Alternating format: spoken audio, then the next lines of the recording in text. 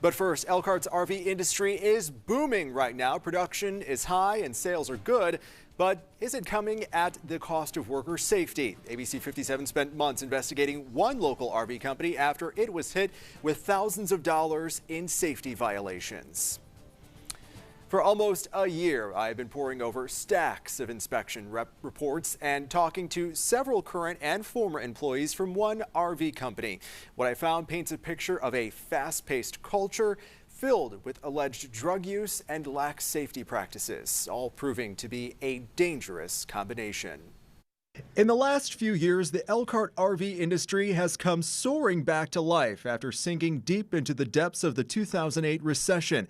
President Obama took notice of the recovery with a second visit to the area near the end of his presidency. Good evening, everyone. I'm Brian Coneybear live at City and ABC 57 even did a whole series highlighting Elkhart's resurgence last year.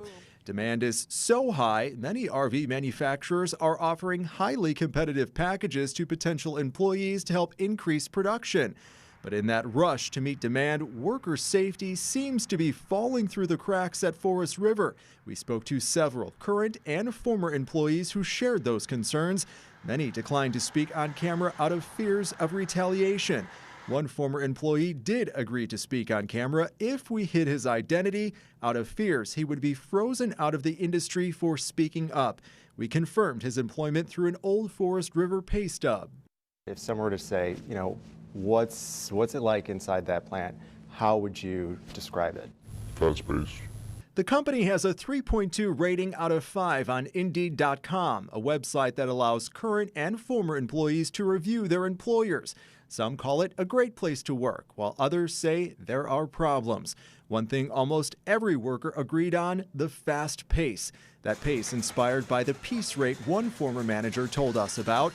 It means the more pieces completed, the more you get paid. How high of a standard is there put on safety inside the plant? They try to enforce safety as much as possible, but of course there's like slips within the, system, you would say.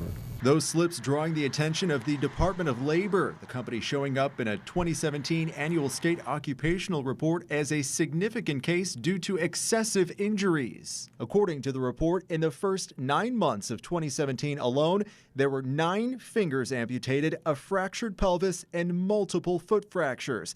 Indiana's OSHA office then sent a team of 6 people to Forest River plants in Goshen and Middlebury, and eventually several others. These here are all of Forest River's violations between September 2017 and November of last year. In all, 10 of Forest River's 26 plants in Elkhart County were hit with a total of 55 violations, 44 of them serious. The initial fines totaling more than $250,000.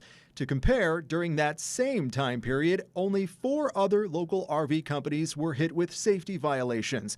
The most was Lippert Components with 10 violations, initial fines totaling $45,000. Among Forest River's violations, inspectors cited risks of amputation, falling, and electric shock. In some cases, inspectors found Forest River employees were not properly trained and wearing the proper protective gear was not mandatory. I've seen people cut their fingers, cut their hands, their arms. There was a guy that fell off a scaffold before. Some of the violations were corrected during inspection and penalties were reduced after the company reached a settlement agreement with IOSHA.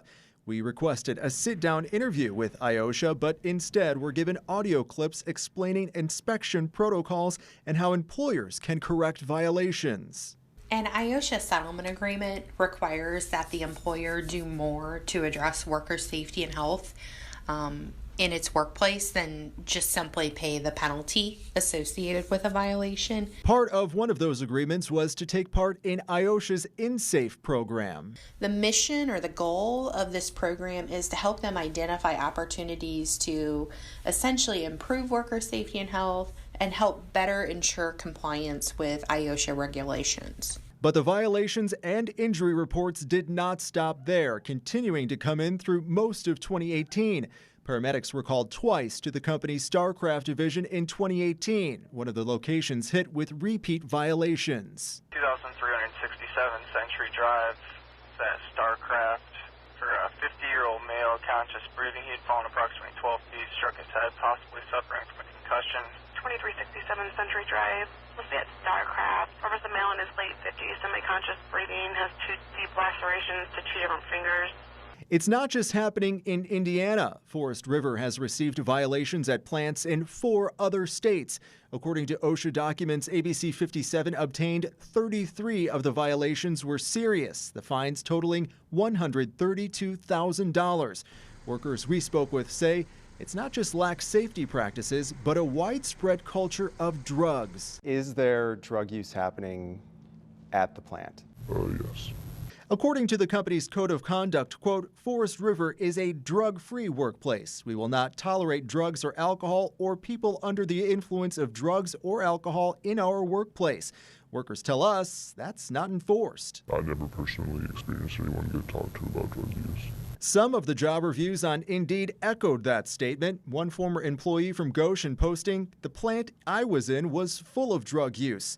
Another former employee from Dallas saying many workers are regular drug users and frequently high during shifts. What kind of drugs are people using on the job?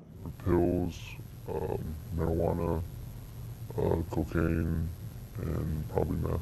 He even recalled an experience watching one worker who appeared to be high on the job. One time, one guy was screwing through the wrong end. He screwed a whole screw through his hand. Do they drug test? No. A former manager who spent more than 15 years working at Forest River told us they eliminated regular drug testing and only test if someone is involved in an accident on the job. That's something employees say has helped lead to workers using drugs while on the clock. Do you think the fact that they don't drug test has made it become a problem there? At times, yes. For now, business is still good at Forest River, and until that changes, employees don't expect life inside the plant to change. As long as there's money going out the door, it doesn't matter. They just hope it doesn't come at the cost of one of their lives. Now, we brought these allegations to Forest River's attention, leaving detailed voicemails and emails, but so far they've not responded to our request for comment or for an on-camera interview. Right now on ABC57.com, you can find an interactive map of all Forest River plants that have been hit with violations and the details of what inspectors found. Now, if you have a story from inside one of these plants you'd like to share or have another story you would like us to investigate, give us a call at the number on your screen or email us at 57investigates@abc57.com.